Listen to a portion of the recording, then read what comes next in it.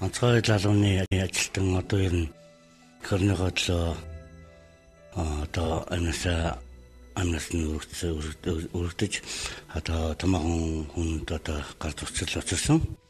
Ингээд одоо Хас банк манай тэнгэр даатгал компани хамтарч одоо орон сууцны зээлтэй байсан. Мөн одоо тэр хүн амнасны зээлтэй байсан.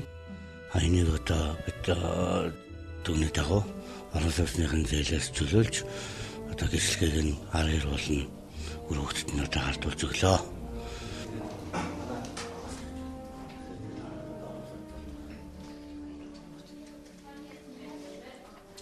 Манай байгууллагын үлдсэн тийм одоо байгууллагын цог бол одоо зүгээр нэг үржүүлж зүгээр одоо янз бүрийн байдлаар одоо асарч чагтын хорны төлөө өргөсөн тамхитай зүгээр үргэлжлэх чавс учраас төр засагч гэсэн томцоолж асуучижсэн.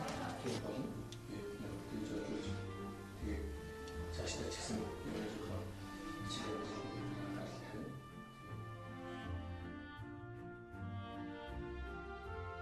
За манай банкны харилцагч асан жигмөдөрж явахдаа одоо ирийн гэр бүлийн өмнө бид нар өнөөдөр орон сууцын гэрчлэгийг гардуулж өглөө.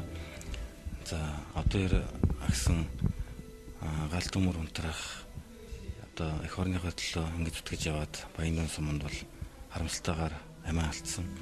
За манай банкнд одоо 18.4 сая төгрөгийн орон сууц худалдаа авах зээлтэй байсан.